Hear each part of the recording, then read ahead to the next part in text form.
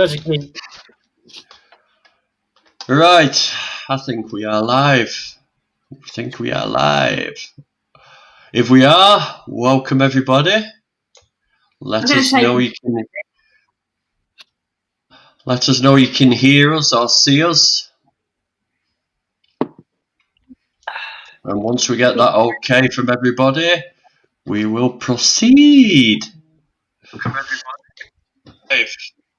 Oh, where's that echo coming from? If we are, welcome everybody.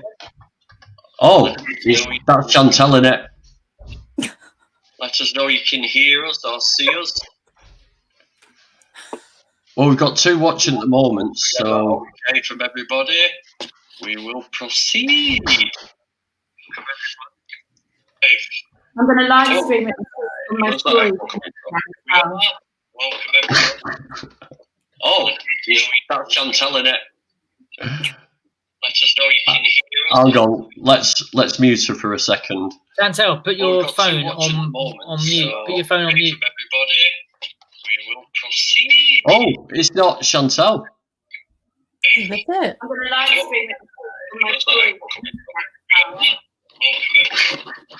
Oh, we're having a bit of technical. Oh, it's Aaron. it's you, Aaron. That's weird. Right. Okay. So it was you, Aaron. Yeah. Just Sorry. a troublemaker now. Yeah. On me. Right. Okay. Let's kick off. It looks like we're sorted. A few people complain about the echoes, but obviously it was Aaron again. So first of all, I just want to say a big thank you to Michelle Lowe for doing an experiment, seeing if the hunting office will seek her out and destroy her for daring to put up the hunting office leaked video. So yeah, thank you for that, Michelle. That's appreciated. Let's see if they find you. Come and find you and kill you. Come and find you and kill you. So, okay, right. Let me give you a little bit of a premise of why I'm doing this stream. As you know, guys, I drive along, bored out my head, driving my wagon all around the country, and it gives me time to do a lot of thinking. And I watched a stream by Vegan Gaze, and she raised a hell of a lot of money for an animal sanctuary. I thought it was brilliant, epic. And Michelle Lowe is putting out a call there to try and create something to raise money for a sanctuary. So it got me thinking, why are we raising money for sanctuaries? It's a bottomless pit. It gets spent in minutes. And isn't there better causes to be putting money to that can maybe do more for the vegan movement? I mean, I've written some points down here, and I'll read them to you, what I've sort of thought about. I mean, how many non-vegans actually visit sanctuaries? Is it just a way of making vegans feel better for the past crimes, so to speak, of eating meat? Could funds be better spent looking at the long game, looking at lobbying government, looking at putting studies out there to convince people to go vegan, more outreach, more... how many people transition to veganism because of sanctuaries? Should we just support the sanctuaries that are open now and not open anymore? Should we rescue animals at all? These are all the questions that are going around. What about the other animals? For instance, Tulip murder 3,000 pigs a day, which equates to 750,000 a year. That's just one in the country. What about all those animals that are getting murdered? You know, why just a small number being rescued and being looked after? And so this is what's going through my mind: are sanctuaries really valid at the moment? Is it deflecting away from the real issues? Is it like sticking an elastoplast on a big gaping open wound? It's stopping the flow of blood, but it's not really sort of fixing the problem. So that's basically it. This is what I want to talk about. And also, Aaron's good lady brought up a point, is that people seem to think that vegans have all the same views, and vegans all think the same. And just because something is pro-vegan, then we should all agree with it. And it's a really good point that we don't all think the same, and we don't all think the same sort of actions and campaigns do that much good, So that is my premise. So it's out to everybody out there. I'll be looking at the questions on the chat. I will be putting a link down there for anybody who wants to join us and their views as well, which is going up there now. So yeah, what do you think, guys? I have a point to make first off, is as vegans, we don't approve of zoos, right? They, for various reasons, the quality of the zoos, exploiting animals for entertainment, blah, blah, blah, blah. What if some vegans still want to visit animals because they love animals and they're not allowed to have pets at home, they're not allowed to keep animals where they live in a flat all on their own, and sometimes are only friends with animals? Their choice is an animal sanctuary, and they're putting their money to good then instead of funding a zoo. But yeah, I get that. But what are we all trying to do as a movement? What we're trying to do as a movement is stop the animal abuse. So I personally think our target is to get as many people, non-vegans, to look or to consider veganism and to go vegan as quickly and as soon as possible. So sanctuaries seem to cater for vegans more than non-vegans. Why would a non-vegan, Daniela's shaking her head already, why would a non-vegan visit a sanctuary? Why would a non-vegan not just go to a zoo? Because their friend takes them there. Their vegan friend takes them there. And instead of just talking at their friend, the friend goes, right, come to an animal sanctuary with me. You might not want to come to a vigil with me, but I can take you to an animal sanctuary. But you're assuming that every non-vegan has got a vegan friend. There's a hell of a lot. Where I live here, the vegan goes to an animal sanctuary and they don't. Where I live here, might be 2 or 3 vegans on the whole estate, right? So to me, that doesn't stack up. But it's the long picture. Daniela, I'll tell you why they go to farm sanctuaries. Because kids, like families, they're raised learning about farm animals, and a farm sanctuary is a cheap day out or a free day out. That's why non-vegans go to farm sanctuaries. And then they go and have chicken nuggets for their dinner. Probably. See, there again, see that thing that you just said there is another reason. I mean, right, please, people out there, don't get me wrong, I'm not against animal sanctuaries. I'm just promoting debate on where do we spend money. I mean, I would love to see a sort of central government, a central vegan government, where everybody could donate money and this board could use the money to maximum effect, because every second there's hundreds of thousands of animals dying. While we're talking now, hundreds of thousands of animals have died, and that is my worry, is where we need to direct things. Can I speak? Yes, please. So I think if you're sober, Aaron, yeah. Yeah. So I think in a way, hear me out. Sanctuaries are a necessary evil, in the fact that we have to have them because we want to save animals. So the animals that are saved, all sanctuaries are saved animals. Who are going to either die, get killed, slaughtered, abused. They were exploited. So they're there. They cost money. Unfortunately, like money makes the world go round. They are necessary. They might not kind of be the short-term goal sanctuary, like you were saying before. You were saying about how maybe we should concentrate on like the big picture, making people go vegan.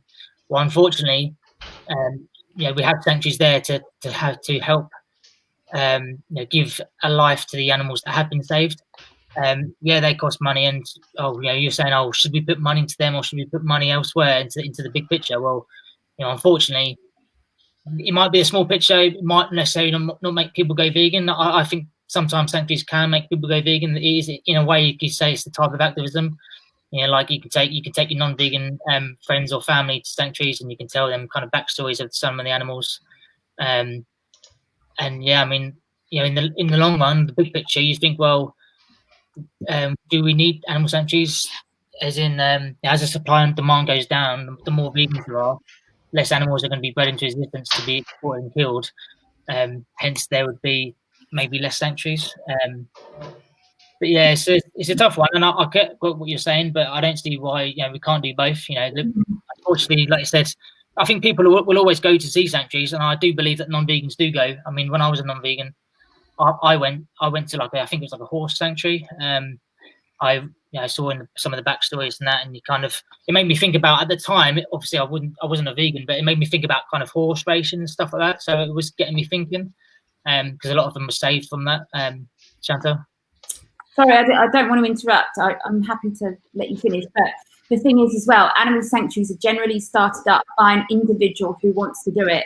You can't stop people adopting a dog, just like you can't stop them setting up a small hold and then getting a few animals, and then before they know it, there's people. You know what it's like when you're known as the person that takes on animals. You have dogs coming to your door and stuff because someone's found them in the road. You're the person that gets the birds dropped off because you know someone that can sort birds out. I think what happens with animal sanctuaries is a good, kind person sets up an animal sanctuary, and then before they know it, they're taking in animals that people have found or whatever, and for whatever reason, and it is up to the individual whether they set up a sanctuary, and we shouldn't take that away from them. If they want to do that, if they want to put their money into that, same as the people going to the sanctuary, if they want to spend their money on going to the sanctuary, I don't think it's the sanctuaries we should be looking at. It's, as it always is, the government and what they're teaching us and the values they're teaching us. Our tax money should not be going to the meat industry. Our tax money should be going on funding things for our health. For example, a plant-based diet. I'm vegan for the animals, but the diet is plant-based. Therefore, our government should be, but they don't want to. That's the problem. So animal sanctuaries exist. It's like this jumper I'm wearing. This is my old catering business, and it's called 269. 269 was a movement, and it started off with one dairy calf. I think it was in Israel or something, and it was called the calf had a tag in its ear called 269. And that's become a massive movement now to represent the dairy industry, and that's from one animal. And that's how these animal sanctuaries begin, with one animal that someone feels sorry for. Yeah, I mean, I get that.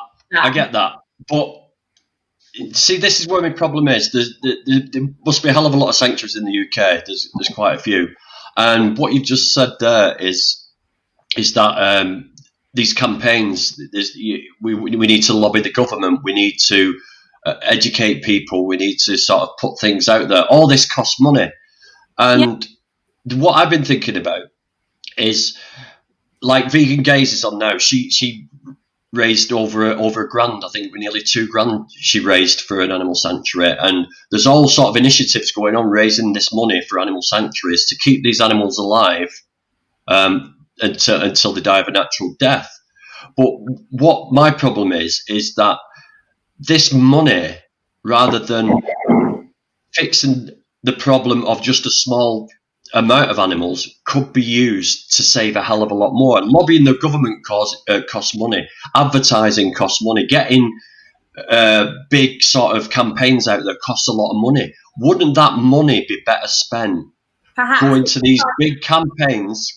Let me finish. Go to these big campaigns to get more action, because the more people that get on board, the more animals will be saved in the long game. And it's the long game I'm looking at. A sanctuary seem to be a short-term answer for the lucky few. But you try telling the people that want to do that. I want to set up an animal sanctuary one day. I just don't have the money. That's why I haven't done it. But you can't take that away from me. Do you know what I mean? No, I'm not saying that. I know, but you can't take it away from the individuals that want to rescue those animals. If that's what they want to do, then that's what they want to do. Same, likewise, if they want to put their money towards a government scheme, let's set up a government scheme. But there isn't one in place. I think that is probably the problem. Not the fact that animal sanctuaries exist, but the schemes just aren't in place. I mean, Leon says something here. He says we can invite non-vegans to sanctuaries and educate them on what they're going through. But again, this costs money again, and then you've got to think about the advertising to get it out there, to get online presence, to get everybody coming to these sanctuaries. You know. Yeah, Dan. Can I I'll ask a question first, then I'm going to explain. But like, so what do you oppose? Do you oppose that? Oh, we just kind of don't bother with sanctuaries and don't rescue animals? Because the thing is, I get what you're saying. You know, like, oh, it's the lucky few.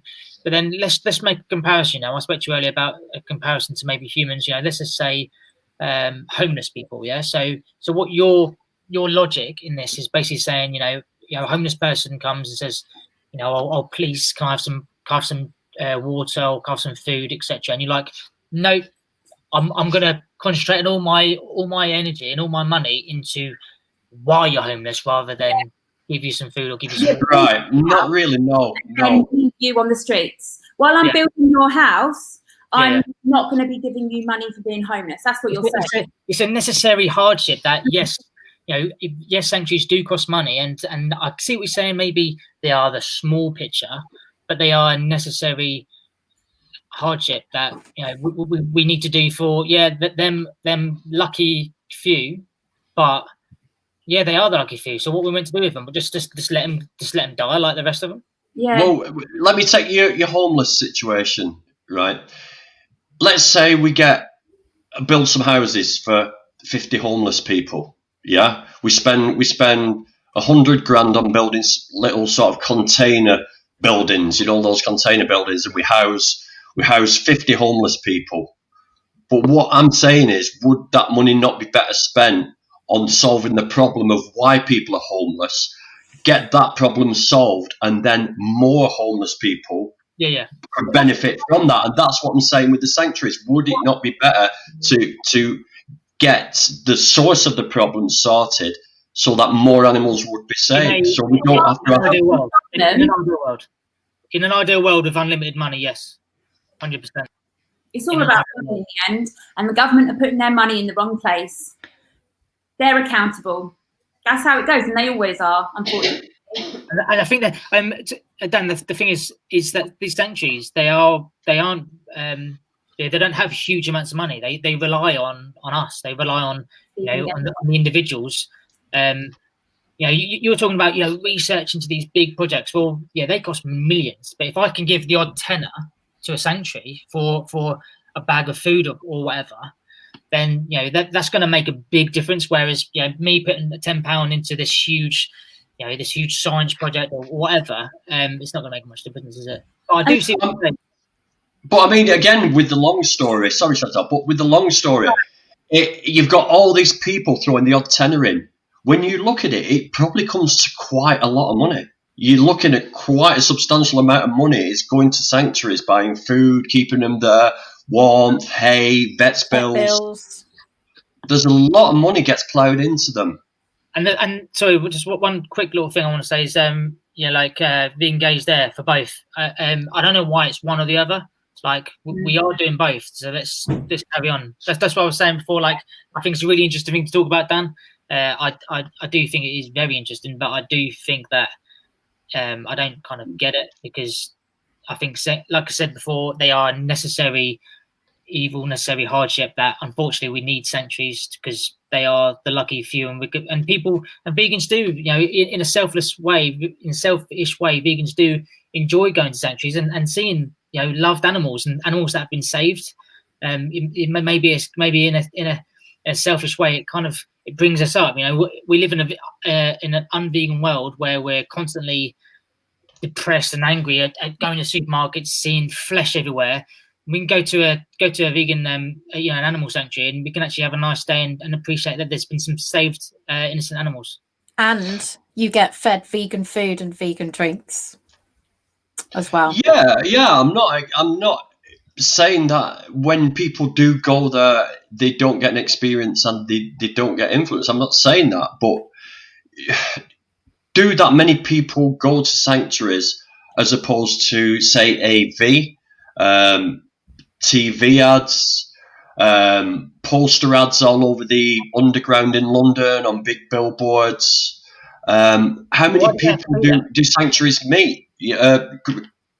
But why do they need you? Why do you need to exploit? In a way, you could say that's actually exploiting the animals because you're using them for activism. Why can't there just be a nice place for these animals to live their lives? Yeah. Which animals? Just the lucky few. Yeah, unfortunately, yes. We don't live in that. We don't live in that happy, amazing world yet, do we? So yeah, for the lucky few, yeah. It's a start. That's a start. Go on, Daniela. I was just going to say, what about sanctuaries that are actually funding their own outreach and educational things? Because we've got a couple by us. We've got one that was the first UK farm sanctuary, and then we've got another one which is called Good Heart Farm Sanctuary, and that does a lot of outreach. It does an awful lot. It goes into schools. It gets schools to go in. There is so much that they do to educate non-vegans, well, just to educate the public in general, really. And they're probably funding that with the donations they get. Maybe we should start debating what Chickpea Sani's saying. Instead, we're just going around in circles here. Yeah, I don't understand millions being donated by multimillionaires to the likes of AV. Who are these multimillionaires that are vegan? And that should be the debate, not animal sanctuaries that are struggling. Yeah, right, okay, I'll answer that. Them why they're not doing that, or the people with money. That's who we need to be speaking to, not us as a small group that all sort of agree with the same thing. But the thing is, we do need to talk about it, though. Like I said at the beginning, there is issues with every sort of activism, and just because it's an animal sanctuary and it's doing a lot of good and it's saving animals and it's giving animals a life that they've never experienced before, which I totally agree with, is it a good way to move forward? That's what I'm trying to get out there. Is it a good way? Is it more effective than, say, AV? Is it more effective than maybe a TV ad campaign? You tell me a current scheme that's in place then that is effective. Right. Again, I don't know why you're talking about sanctuaries being kind of this big part of activism. I think they can be used for activism. But I think they should be. Yeah. But why can't they just be this clog in the system that is a nice place for rescued animals to live their lives? Why you're trying to compare it to like a big kind of activism, a big type of activism, like like AV or whatever? Why? Because that's what we need to do. We need to turn as many people as quickly as possible. Yeah, it's minute by minute, they're second by second. Yeah, and this is what worries me. It's necessary evil for rescued animals to live their lives. Why are you trying to bring it into like an activism thing? Oh, we need more money in activism, so let's F off the sanctuaries because we need that money. Well, no, hold on. Let's just leave them be. Let's let sanctuaries grow and carry on doing their amazing work. I think we need to. This is what Leon Hoopstra, I hope I've said that right. I think we need to sponsor commercials for people to join animal activist groups, particularly not asking for money, but for them to join. We could. Agreed, but in turn that costs money again. It's like. It is. I mean, we could go around in circles with this. Yeah, agreed. But it does need to be talked about. I mean, Daniela, you've got something to share with us. Can we have a look at what you've got there? Sorry, can I just say that one comment by Vegan Gaze? Yeah, so like, thank you, Vegan Gaze. Pretty much exactly what I just said. So, protecting animals from harmers shouldn't need to become activism. Sometimes the sake of it should just be protect the animals. Yeah. Are you sharing that, Dan, or am I? Because I haven't done anything and it's there. Yeah, you should be able to click on that now. It's your share. If people want to view this, do they go to Grumpy Vegan Granddads, Danny? Yeah, want to share what? If they want to view it, because I've got some people on Instagram watching it live on my Instagram feed. But if they want to, yeah, they can go on my stream now. Yeah. Yeah, Grumpy Vegan Grandad on YouTube. Okay, so this is one of our local farm sanctuaries.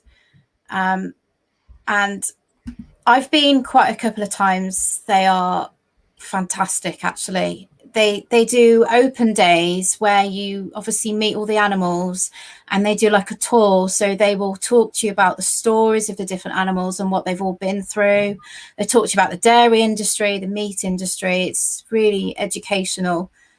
Let's just have a quick look because I saw something earlier. Vegan Gosling says, "What is your golden bullet then?" Oh, mate, I haven't got one at the moment, and I don't think anybody has got one at the moment. But we just need to look at what's really effective as far as activism is concerned. But I really do think exposing the truth and exposing interiors of slaughterhouses, exposing what's happening inside factory farming, getting it out to the masses is really, really important. I'm trying to look at this website as in a non-vegan mindset, and I think this is amazing. Like, yeah, I think this is what I'm talking about. Where I went to a horse sanctuary, years back, way before I was vegan, and I remember seeing stuff like this, and it does make you think. So I do think they can be part of activism, but they don't need to be. They're like, what? I don't know who's sharing this. Is this Daniela or Danny? Me, Daniela. Me. Daniela, there was a bit there about like chickens and that, and like kind of and how they were saved and stuff. And I think that's amazing. And I think they've got all their stories there, and they talk to you about the animal welfare. Because I saw something earlier. See, look about sentient animals. There's so much stuff on here. Why you should care? It's loads. They're brilliant. I would highly recommend everybody go in there as well. Actually, yeah. Well done, Danny. I think we need sanctuaries, definitely. That sanctuary would be great if they would do a live stream and tell those stories. I think Vegan Gays did a live stream, and I found that really interesting. I might contact them then. Peachy Vegan, making videos again. Oh yeah, Peachy Vegan, where are you? There was actually a. Oh, hang on a minute. Hold on a minute. Isn't that our friend? Yeah, I just blocked one of them a minute ago. That's itchy. Yeah, there was another one in there as well. Yeah, don't give him the time of day, mate. He's out. It reminds me, someone said a minute ago about doing a live. I can't remember what it was now. It was a huge sanctuary in America, and I remember like once a week they would do a live on their feed and Instagram, and he was the guy just walking around the farm. It's amazing. Yeah, it's brilliant. I think if anyone in the chat, any of us, I haven't been to a sanctuary. There's no one near here, but when I will go one, I think that's a good thing. Do a live, and if you're on YouTube or Instagram or whatever, do a live and tell people about it. Our local one has throughout lockdown, so that people can still see the animals and they can see what they're up to. It's been really good. I think maybe the issue is there any more? Sorry, just 1 second. Is there any more alter egos of him? Can you just let me know if he's got any more AKAs in this chat? Sorry, Chantelle. So you can sort that out. Maybe we should be contacting schools and stuff and putting our money into organising days out for schools, field trips and stuff, instead of going to some pointless places they go to, like mock animal sanctuaries, and then all having a packed lunch that's full of ham and stuff or dead pig. We should be organising school trips to these places and getting children from a young age, because let's face it, it's the children that have the compassion, and it's their parents that install the idea that we need to be eating animals. So education from a young age and taking children on school trips to these places. It's just the issue is there's not enough vegan teachers. Yeah. So do you think the key to these sanctuaries would be to sort of amalgamate them all and maybe get them all to work together? Do you think that would be the key? Like an association, so like the money can all go in one pot. Well, no, not the money in one pot, but have a system in place. Like a few people have said, is that the sanctuaries, right, all get together and put themselves out there. You get one website with all the different sanctuaries. One company with like a big list. Yeah. Send it off to schools, tell them, and then maybe fund the sanctuaries to give the children vegan meals when they visit, tell them about the animals, tell them the truth, just like what Chantelle was saying. I think that's a really, really good idea. Now, that, to me, would be a great idea. The money's evenly distributed as well, because let's face it, there are some animal sanctuaries that are getting more attention than others. And I know Fiona Oakes's was really struggling recently, and she was going to have to shut down. So more sanctuaries. Not everyone is fantastic at marketing either. Not everyone's a natural salesman, not everyone's a natural marketer. And if you're in charge of an animal sanctuary and you don't have the funds to employ someone who's going to do your marketing for you and your social media, and you don't have the tools yourself, and you certainly don't have the time, you're going to need an umbrella to sort that out for you. So it's almost a non-profit business that needs to be happening, where we do sort of start it as a business, but the money is distributed evenly to the animal sanctuaries. Monopolies lead to problems, right? Okay, so what you're saying is if we amalgamate them all and make them all one, then there'll be some fighting going on. That is an issue, maybe. But that's up to the people that are in charge. And that's, if it's a non-profit business, then there's no monopoly involved, because you're doing it on a volunteer basis. You might volunteer some of your time to do their social media. Someone else will volunteer their time to do the marketing. A graphic designer that is vegan might volunteer some of their time to do the graphics that they then send on to the people that are doing the social media, and there might be 50 volunteers all with the same idea. Schools wouldn't go for that unless there's a lot more change first. Yeah, exactly. That's the problem as well. A lot of schools are still serving. They don't even understand the concept of the vegan menu. They're serving the vegans tuna, so they don't even understand. So the adults need educating as well. So Vegan Says This, that's why when I hear about those who are less heard, I'll do the monthly fundraiser live streams. Yeah, I mean, this is what I mean. Why is some getting funded, some getting not? And it's all about, like you say, marketing, getting it out there. People set up a sanctuary from the goodness of the heart to try and do the best possible for the animals that they get. I mean, Fiona Oakes is having problems, I've heard, because she can never say no, and that in itself is an issue. You can't every time. Yeah, that's what I mean. It's like, and that's why these get started in the first place, because you can't tell a person like that not to start an animal sanctuary. Yeah, but also, have you not got to think about you how far you can go with it, and at some point you've got to say no. And maybe if it was a network, then maybe we could, there could be a plate, even a list what we can bring up and say, right, this sanctuary's got places, this sanctuary's got places. Yeah, like a network where you hear about vacancies, like they do with local councils. I am in a seaside town, and what happens is there's vacancies here at the empty B&Bs and stuff like that, because no one's taking seaside holidays anymore. So they're shipping in people from the poorer parts of London because there's vacancies here. It could work the same kind of way with animal sanctuaries. Does that make sense?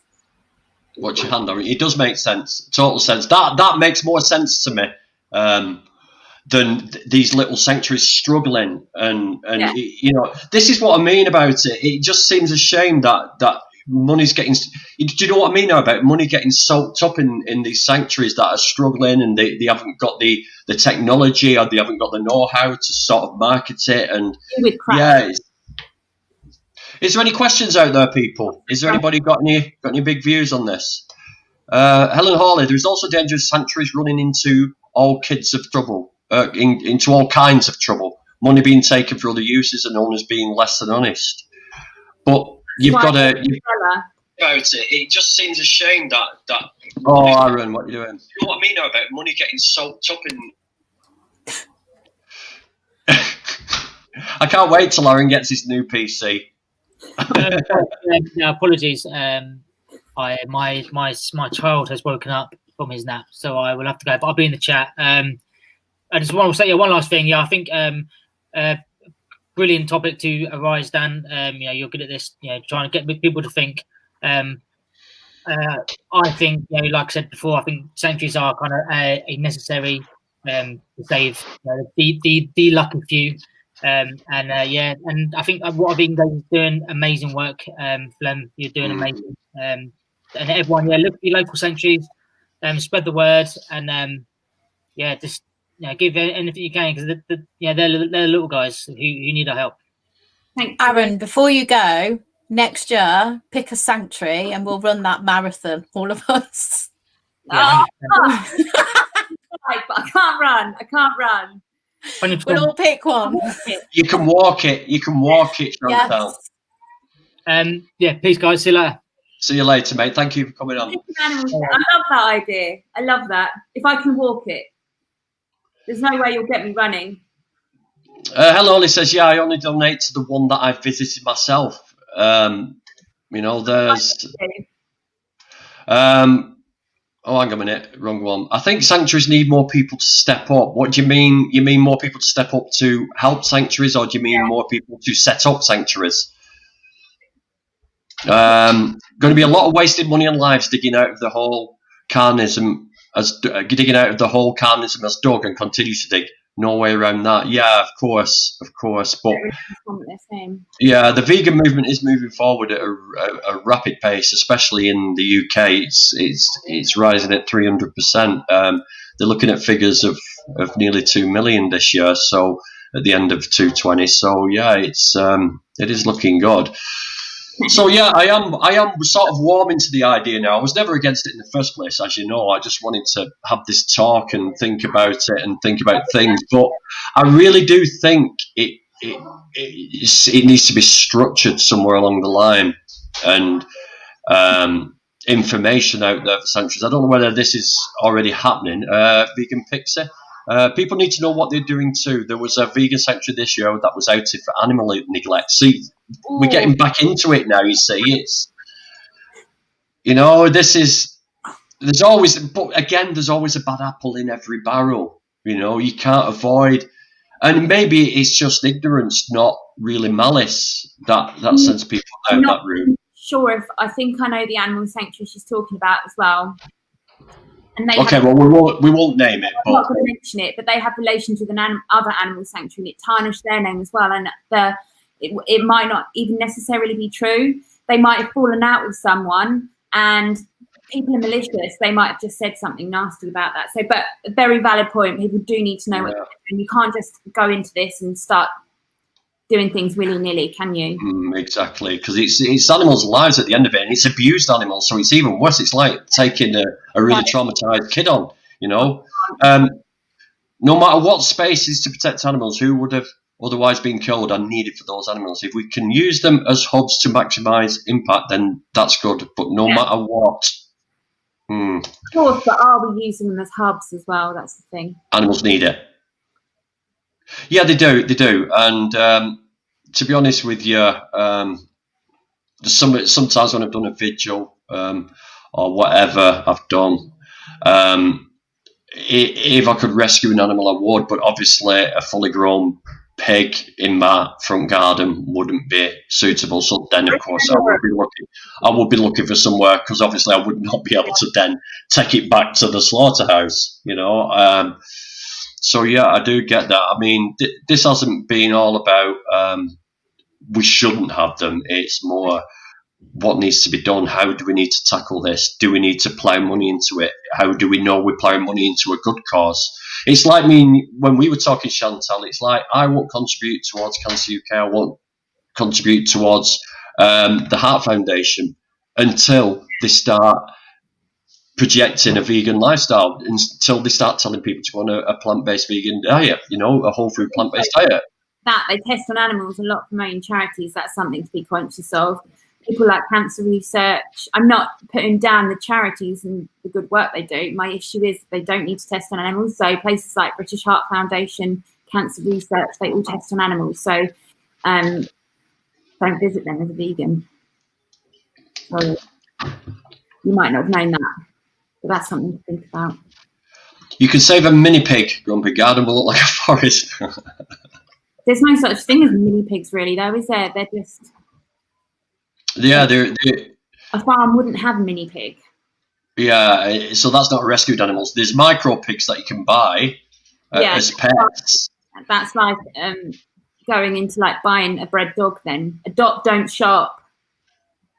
I think there are animal rights parties in the UK. Where are they? I've not heard any shouting lately. They're keeping quiet if they exist. Yeah, I wouldn't donate to those charities. Yeah, I see, and why not? It's helping people. You know, does that make you anti-human? You know. So I'm saying that an umbrella animal sanctuary charity that covers all the animal sanctuaries in the UK. If an animal sanctuary doesn't want to be part of the umbrella, I guess they could opt out. But it's like an umbrella managing charity that manages all the animal sanctuaries. Are we saying that's a good idea then? Yeah, Michael Pickers have had a lot of time. They don't stay, Michael. Yeah, exactly. No, exactly. And will some illustrations give money to sanctuaries? But there's so many. Which would I choose?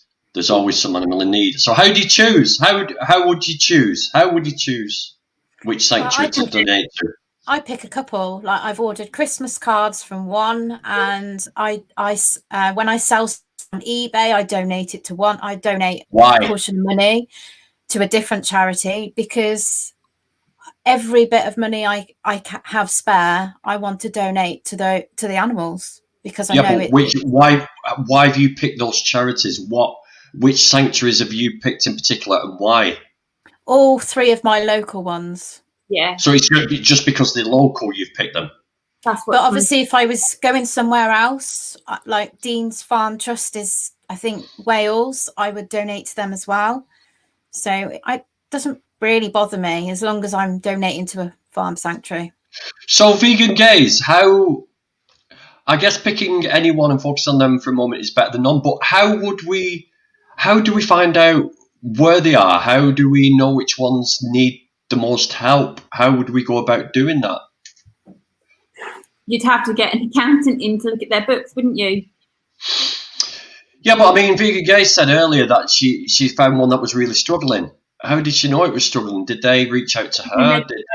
There is particular that are making it quite vocal, and I've written about it for the magazines before. Vegan Life magazine featured them and stuff because they're struggling. You can find Helen Hawley's illustrations on Instagram. Just put. Are you mod, Helen? Can you put a link in? Peachy Vegan shouted out here. I think she was talking about the Asian countries need more sanctuaries. There we go. They've got a lot of dog charities because that's an issue, and they've got elephant charities. EGVG, which sanctuary as opposed to none? I'm not saying none now. I'm changing my mind. I've changed my mind now. You know you'd break you. You're sensitive, really, aren't you? A sensitive. We know you. From actually talking to people and finding out the status, right? So Vegan Gays actually contacts sanctuaries, has a chat with them, see what they need, how they're doing. There is one near me called Pigs in the Wood. There was one near us. They went on the radio and it was a cry for help. It was during the start of lockdown. And I was on my way to work and I was listening. It's one that we always went to. And this woman, I think she's in her 80s, bless her, she's incredible. She said, look, we need a miracle because we need mud flaps from the flooding. They got really badly affected by the flooding. And if anybody wants to see this sanctuary, it is the Farm Animal Sanctuary in Evesham. It's the first UK farm sanctuary, and they really, really struggled. So I took it upon myself to message loads of people. I put posts in social media groups and I donated money because it's the very least I can do. It probably wasn't a lot of money, but it was something. So they will approach, I guess, social media and radio stations if they need to. So, sorry, Chantelle. Go ahead. And then I'll say if there was an umbrella sort of agency charity for all the animal sanctuaries, they'd be sending out mailing lists and honing in on the charities in particular. So you'd get like a a blanket email sent to everyone and to raise awareness of the particular charities that need help. But I haven't heard of the charity, the animal sanctuary that Danielle is talking about. So how would I know to donate to them? That's the thing. Yeah, exactly. And I mean, organisation, because these are just people like you and me setting up these charities because they want to, not because they've got any experience. Yeah. Or anything like that, or animal like husbandry. If I don't know if that's the right word, I don't know if that is farming in particular, that phrase. I don't know, but I just think sometimes people just don't know what they're doing.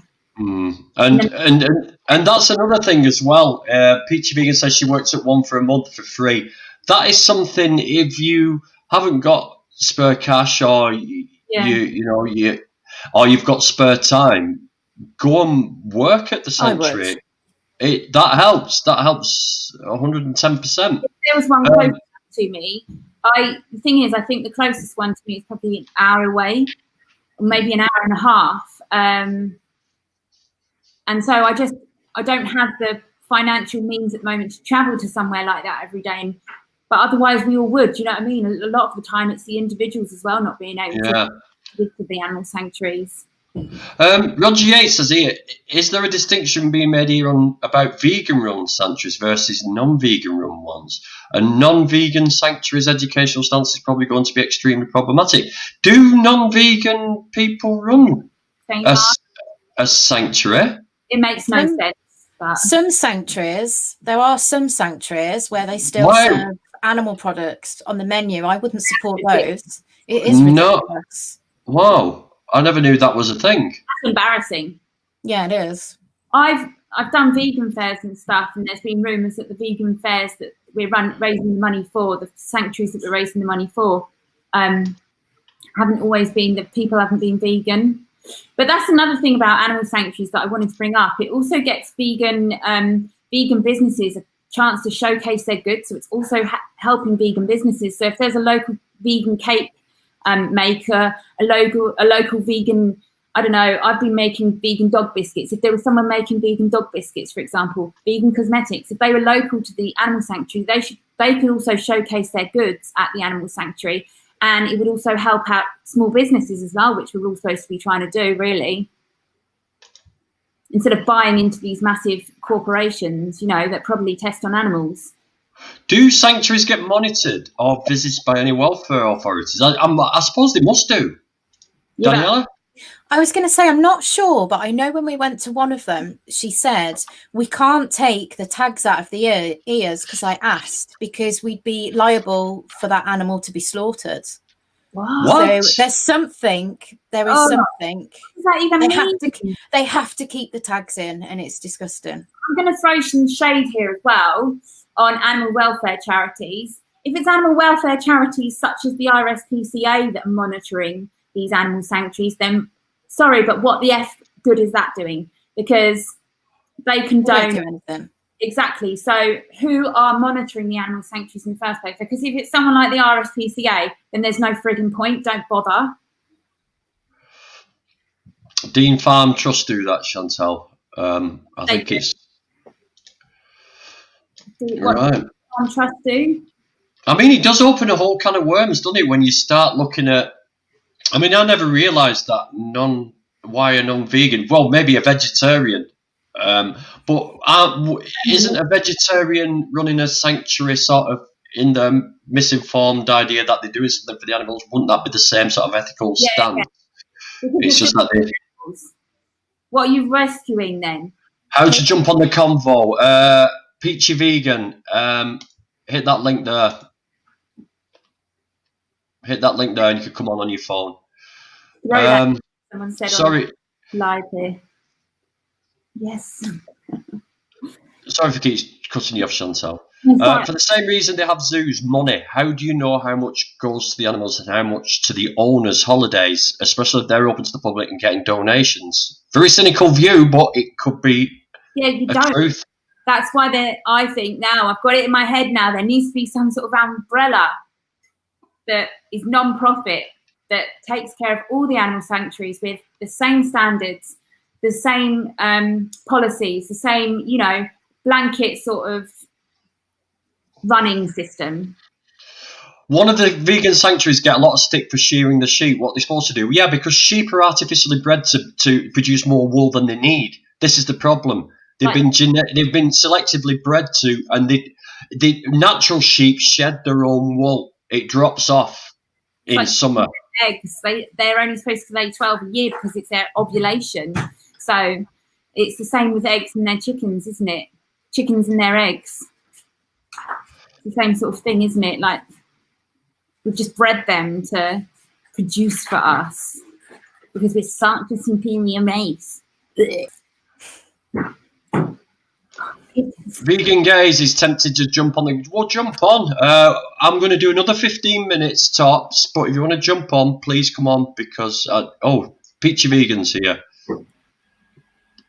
Whether she's voice only, I don't know. Let's try it. Oh, it's spinning. Is she in Hong Kong, Peachy Vegan? We'll let that spin for a bit.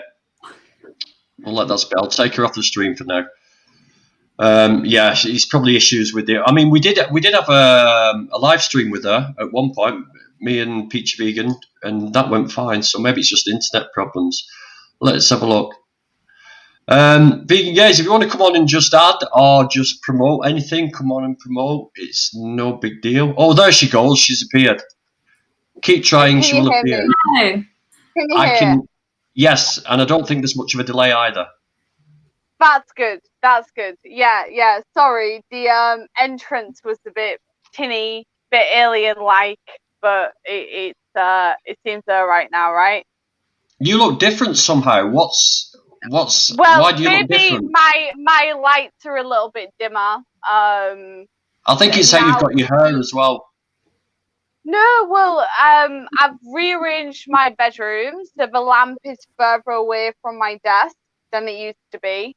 But I'll try and move a little bit closer in case it looks a bit weird. I don't know. But yeah, that could be. And it's later as well. It's like 10 to 12 here in Hong Kong. So, yeah. You guys says, well, it'll only be 15 minutes and I waffle, so perhaps boss. Oh, we don't mind a bit of waffle. I've been waffling. Yeah. Listen to Chantelle. She's world number one waffler. And me. Yeah. She's overshadowed you, Daniela. So what have you got to say, Peachy? What's your take on all this? And stop moving around because you're making me feel sick. Sorry. Well, I actually did some volunteering at a sanctuary for a month in Vietnam, which was quite a surprise to me. I didn't expect myself to do this. They had 2 pigs, a few chickens, and a lot of cats and dogs, but they were a vegan organization. And, they are constantly living, I guess you could say paycheck to paycheck, right? They're constantly worrying, can we afford the rent? Can we afford to live? Like, how are we going to, pay for this cat to be, de-sterilized or whatever needs to happen? And it must be quite scary, I would imagine, to make the decision, especially in Asia, because in the Western world, that you have a lump sum of people, whether they eat meat or they don't eat meat, they will admit they have some sort of attitude towards animals. And in Asia, it is harder to have that with pigs and chickens and whatnot. So yeah, working there for a month even, and just seeing how much they struggle with bills and rent and all of these things was crazy. And I was like, how do they get help? How would people donate to them? And I remember there was this one time, and the reason I heard about this sanctuary was through Joey Carbstrong, right? He shared it on his story. And I heard about it through there, and I thought, oh my God, I'm only in Hong Kong. I can volunteer over summer because I don't work over summer because I'm a teacher. Why not? But they don't get many of that, and they don't get many chances of a mainstream vegan activist to share their shit. Like, how has the pandemic in Asia affected people's view on animal agriculture, and how well do you think a sanctuary would fare up in Asia? How well do they do? Right. So it is quite a difference. I think that how the pandemic has been held in Asia is much better to how it's been held in the Western world. For example, even though I'm working from home, it's not because there's a shit ton of cases. It's because they're like, oh, we want to prevent a shit ton of cases, right? They're like all about preventive shit here. So I'm exactly, yeah, sorry, I'm being well common here. But like, yeah, they are generally like right now, from Thursday, I get to work from home. So I get to teach online. And not really worry about any of that stuff. And they're trying to do that with almost every industry. Restaurants are working at 50% capacities. It's not really the same as the West. They are a little bit more, I don't even know how to explain it, because it's so difficult for each part of the world. I don't want to say Hong Kong's doing it perfectly, because they've also really fucked up with the government regulations, with the national security law and all of this stuff. So that it's not like they're behaving ethically or anything like that. It's not like they're doing this amazing job that you could not question human rights. It's just working what they're doing now. They're doing better than the UK. They're doing better than the United States. They are really being more conscious. Can you actually judge though? Can you actually judge what people's viewpoints is on animal agriculture now? Have you noticed any tangible sort of evidence that people are changing their attitude? I'll be honest on how I would judge people's views on animal agriculture compared to people in the West, because I feel like people here are more accepting of eating plant foods and vegetarian foods than they are in the West. Like, they feel less entitled to bacon, sausages, all of this sort of stuff. I feel like if I speak to someone here and told them I was vegan, I would feel like I was up against less judgmental sort of, oh, but, you know, protein and all of this stuff. Yeah. I feel like people would be more like, well, great, because I have a really good tofu dish that I could offer you, right? Whereas if I'm in the UK, for instance, chatting to my dad would be like, well, I've got no fucking idea what you're on about. What I'll do is I'll make you 2 slices of bread with some, what do we put in the middle? Lettuce. That's the only thing that's vegan that I know. Lettuce sandwich, then, yeah. Exactly, yeah. Here, I don't think the problem is the idea of eating meat and it's so different. I don't know. The two cultures are so different.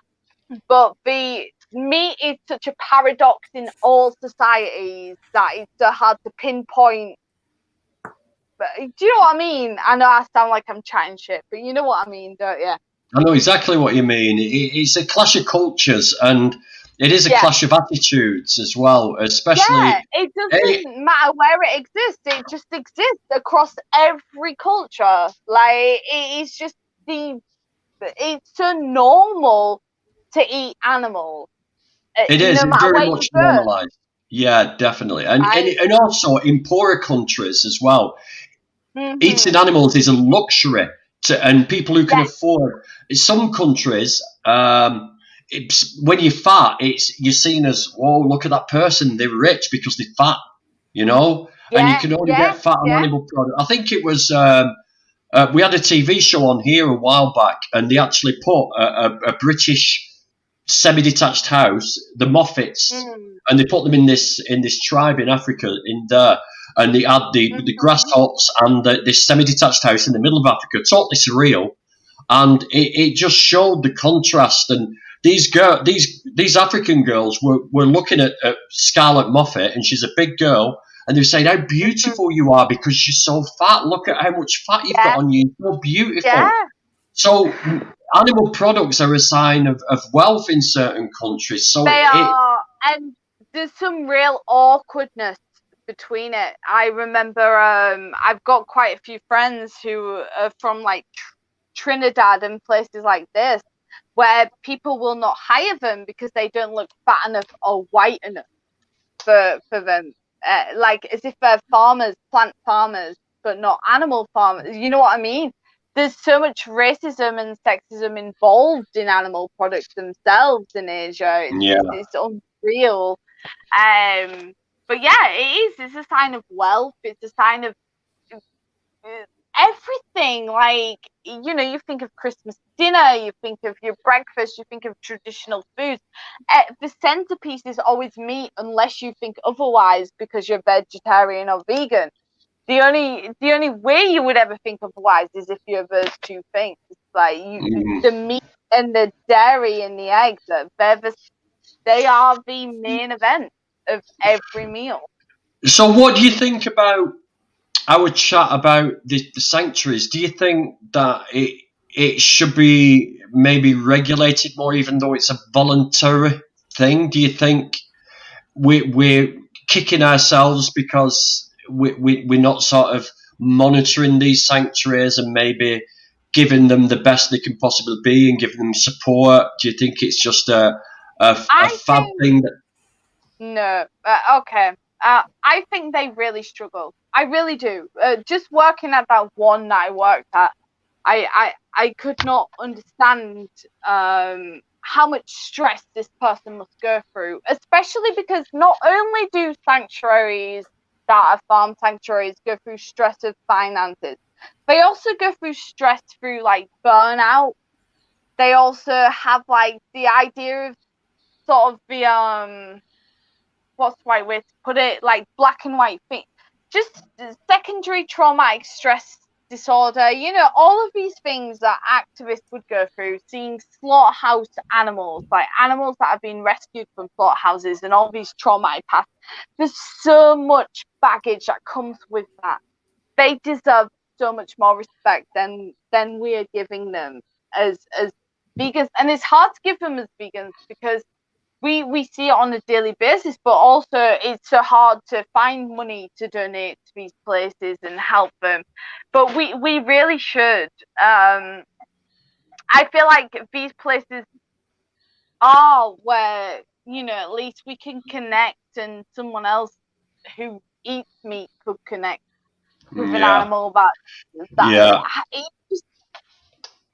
you just think about them, and you think about, and I know that I've been reading so much research lately and how much people hate, not hate, but not go for the vegetarian identity or the vegan identity. So if this is on menus and sort of products, people are less likely to buy it than they are with pro-environmental labels or labels that insinuate social behavior than they are with anything that is going to be labeled with vegetarian or veganism because it has bad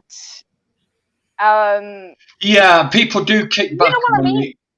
When they hear the word obviously it makes them think more about their decisions and all of this stuff, but I feel bad for these sanctuaries and stuff because they are labelled with this. They are labelled. They have people who will be against them because, of course, they make other people feel bad because of cognitive dissonance and the meat paradox and all of these sort of stuff, like carnism even. It's just sad. They do need vegans to sort of pay attention and say, hey, okay, let me help you, let me donate this. And without vegans, I do not believe they'd exist. I don't think they're as lucky as Burger King where they have flexitarians and all of this shit. I think they generally really rely on vegans because without us, no one else would really give moral consideration to pigs and cows and chickens and sheep. No one else cares.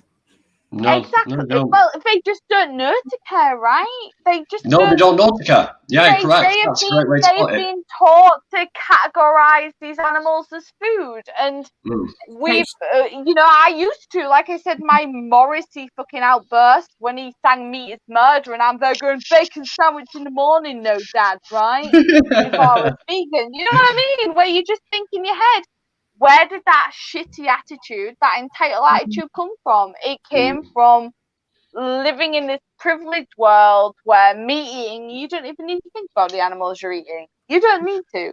But as soon as you do, God, you need to help them. As soon as you do, you need to be like, shit, no one's going to help you. You're a pig, you're a cow, you're a chicken, you're a goat, you're a sheep. Let me help you. Let me donate. Let me give you something. Even working in a sanctuary in Vietnam, I would wake up and feed Julian at 4 a.m. I was picking up his poo and I was like, I'm helping Julian. I am helping you. I'm picking up your poo. Is she collapsed? You broke her internet? You just want to try. You just want to try. You just want to be there and say, we are trying. Poo where you need to poo. Let me help you. I'll put it in a bucket. I'll put it where it needs to go. Like, that's You've cracked it. You've cracked it. If you can pick up poo, you're doing your bit. Right? That's it, isn't it? Well, listen. Right. Sorry. I've got it. No, not at all. I love it. I think it's hilarious. And you have to pull it out. Oh my God, I broke down. I cannot hit anybody. Right. Well, listen. Let's have a look. Hold on a minute. I agree. There should be bigger vegan labels. Yeah. Vegan labels. The poo froze you. Yeah, I'm sorry. I froze over the poo conversation, which is so embarrassing. I do not know where it went from there. Oh, thank you. I've just shined. I love these live chats. Right. Well, listen. I'm just going to go through and just say hello to people, and then I think we'll call it a day or an evening. I think it's been great.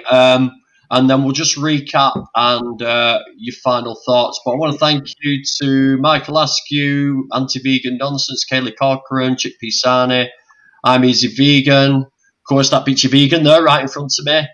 Michelle Lowe, Vegan Goslin, Roger Yates, Chris Grant, Helen Hawley. We've had a quite vegan Mooncat, made an appearance, Almighty Jelly, Leon Kootstra. Everybody, thank you for your contribution. Well, on Instagram as well, joining in. Well, brilliant. Hello to everybody on Instagram. Do you want to say hello to a few people on there? Yeah, so we've had, I've had to stop it now because there was a couple of chats saying some things I didn't approve of. So I had but Vegan Girls Diary on Instagram, Vegan Gays came up. I don't know how I can see this now. I'm a grandma, I'm not very good with technology. But there's been people on my Instagram. I lost my tempe, they've been joining in as well. So some knobheads that need a little old. Yeah, exactly. Exactly. Right, well, listen, I'm going to wrap it up now. I came in and I had my ideas, my thoughts. You guys have convinced me. Maybe they are a good thing after all. Okay, all right, I accept. However, there is a little caveat. I think we should do more to sort of distribute, get an umbrella, like you said, and bring them all together and coordinate. I think that needs to be done. To direct things and stop abuse of animals in the sanctuaries, stop people going under, help people be more productive. So definitely. So Chantelle, final thoughts? Animal sanctuaries are of benefit, but we just need to manage them better and find alternate ways of getting the vegan word out there as well, because you came in having some valid points, Danny, but it's not going to work unless there's something in place in the first place from the government. That I think the government needs to be held accountable. Those are my final thoughts. I waffled, sorry. Government needs to be held accountable. Cancer charities need to be promoting a plant-based diet instead of worrying about what the pharmaceuticals are going to pay them. Definitely. Doctors need to be more accountable instead of what's going into their pockets. I'm going to be dead this time next week. It's been nice knowing you all. Daniela? I think it's been a great debate, Dan. It's been really good discussion. Thank Obviously, you. I was a little bit worried about it because I thought I'm just going to rile people up. Even with the title, people were coming at me. But it needs to be talked about. We really do need to talk about stuff like this. Right. You played devil's advocate, and I think you did really well. And well done, Danny. Really good. Sorry, Dan, I interrupted you then, darling. Sorry. But you do need to come to a farm sanctuary. And I've actually had a lady who I've been talking to who runs a sanctuary near me, and she's asked if I'd like to go on and help for the day. So maybe you should come with me. We're going to do it together. We'll film it. We'll do a live. We'll film it. Yes. Maybe when we're all allowed to meet up again, this could be our gathering. We should all go and stream it on our individual Instagrams and everything. Get the word out there to our individual followings. I think it's a superb idea. And then next year, Dan, raising money for a farm sanctuary. Not going to let that go. No, we'll do it. We're going to marathon run. Clothing. He raises money for animal sanctuaries. I wear a lot of anti-carnage jumpers as well. And I'm not sure I think all of them, their profits go to animal sanctuaries. And if they don't, we should still be supporting these people. And I'm going off on one again now, but people like the Defender of Animals Clothing. Yes. You have a lot of chats with him, and he, all his profits, I think, pretty much go to animal sanctuaries. So if you want to support animal sanctuaries and also get yourself a nice T-shirt or jumper, that's a good way of doing it for Christmas presents, because you've got Christmas coming up. Definitely. Peachy, have you got anything last to say? Try and keep still. Okay, the only people that are ever going to help farm animals out of slaughterhouses are going to be vegans, whether we like it or not. I am a little bit merry and a little bit drunk, and I apologise if I've blurted out something. No, this is 2 nights we've had drunks on. This is 2 nights we've had drunks on. Don't worry about it. I apologise. God, how embarrassing. It's not. You've been great. Well, no, You've been absolutely brilliant. It's 12:15 in Hong Kong. Let's get over ourselves a little bit. But but I do think we are the only people that are going to give a shit about pigs, cows, and chickens and fish. And Sally agrees. Sally, hey, we agree. We're the only. Don't move away from me, Sally. Come on, stay with me. Sally, stay in there. Sally, you agree. Sally wants to get away from the drunk mama. Sally is just like, you are embarrassing me, and if you say one more thing, and she won't. I hate Sally. But yeah, we should be there, and I apologise for that outburst that I just had with Sally. She didn't really say any of it. No problem. Whatever. But we should. I can't wait for you to see this on the replay, mate. I want you to film. Want to see it. I'm not even going to look at it. I don't even know why I joined. You know what? I want you to film. Have you seen? Actually, I watched today. You know, Michelle Lur had been attacked by a cat. You saw that? Yeah. Yeah. The video of Michelle being attacked by a cat. Well, today my roommate's cat threw up on my hoodie, and I thought, well, you know what? If Michelle can go through it, I can as well, and that's why I jumped on tonight. I said, if anyone's going to go through, and that doesn't make any sense, Anna. So hey, listen, thank you, everybody. We'll speak to you all soon.